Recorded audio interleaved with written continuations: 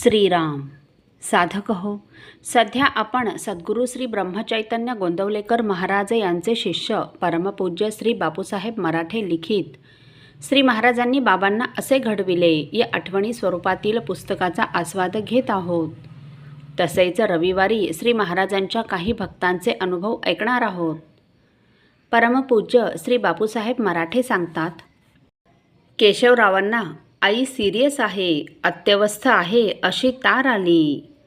त्यांनी महाराजांना सांगितलं, महाराज अशी अशी तार आहे. महाराज म्हणाले, लगेच जावं, लगेच आईला भेटायला जाणं जरूर आहे. आणि आत्ता इमिजिएट म्हणजे प्लेनशिवाय दुसरं साधन नव्हतं. हैदराबादला जायचे आहे म्हणून त्यांनी श्रीपादला तिकीट बुक करायला पाठवलं.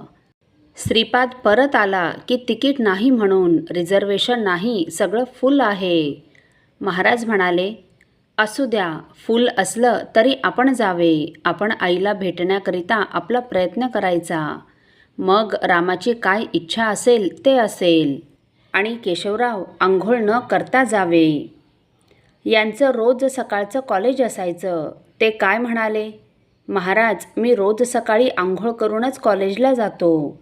तेव्हा इतक्या लवकर आंघोळ करायची मला सवय आहे. यांच्या लक्षात आलं नाही महाराज का म्हणाले आंघोळ न करता जावं ते. मग महाराज नुसते गप्पच बसले. मग यांनी आंघोळ केली आणि गेले. स्टेशनवर गेले तर एक तिकीट कॅन्सल झालं आणि यांना जागा मिळाली. आणि हे हैदराबादला गेले तर आईचा प्राण गेलेला होता. नुसता देह त्यांना दिसला. आंघोळ करून काय उपयोग झाला.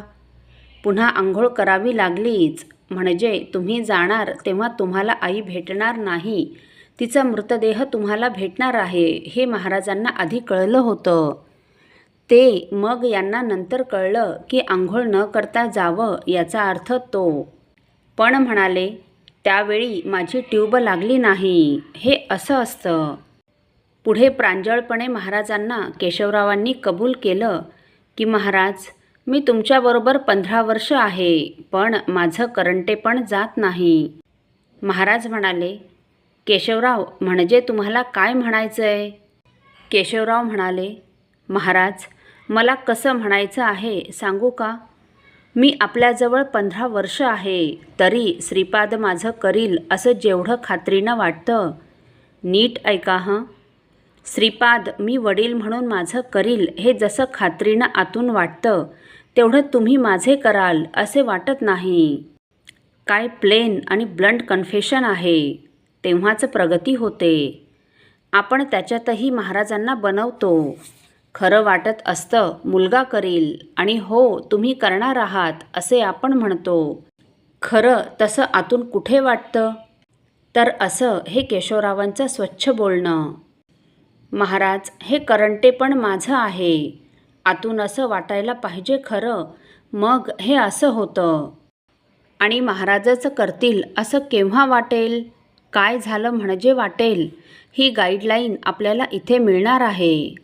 महाराजांनी त्याचं उत्तर असं दिलं, केशवराव सांगू का असं का वाटतं की श्रीपादच माझं करील. तुम्ही देहबुद्धीत आहात, श्रीपादही देहबुद्धीत आहे, म्हणून तुमच्या दोघांची गोत्र जमतात. माझी वस्ती ही सूक्ष्मात आहे, मग माझं गोत्र कसं जमणार. माझं गोत्र नाहीच जमणार जोपर्यंत तुम्ही देहबुद्धीत आहात. श्रीपादही देहबुद्धीतच आहे, तोपर्यंत तुम्हाला असंच वाटत राहणार. जेव्हा तुमचं मन सूक्ष्म होईल आणि जेव्हा सूक्ष्मदृष्टीने मी कुठे आहे हे तुम्हाला कळायला लागेल तेव्हा तुम्हाला खात्री होईल की मी तुमचं करीन. त्याला एकच उपाय, तुम्ही मन सूक्ष्म करायचं. हे असं होतं म्हणून विषाद मानून घ्यायचा नाही. हे सगळ्यांचं होतं असं. पण तुम्ही प्रयत्न करायचा. मन सूक्ष्म करून मी जिथे खरा आहे तिथे माझ्याशी कॉन्टॅक्ट करण्याचा प्रयत्न करायचा. मग तुमचा हा भ्रम जाईल की श्रीपाद करणार, मग मीच करीन हीच तुमची खात्री. हे आपण लक्षात ठेवायचं. असो. साधक हो, परमपूज्य बापूसाहेब मराठे यांनी परमपूज्य बाबांना प्रश्न विचारला की केशवराव तुम्ही PhD का झाला नाहीत. त्यावर परमपूज्य बाबांनी काय उत्तर दिले हे आपण पुढील भागात ऐकणार आहोत. श्रीराम समर्थ. आपल्यातील कोणा श्रींच्या भक्तांना श्रींचे काही अनुभव आले असतील तर कृपया आपण मला ते 9422843253 अथवा सुनील दादांच्या 9892608401 या व्हॉट्सअप नंबरवर कळवावेत अशी नम्र विनंती. श्रीराम समर्थ.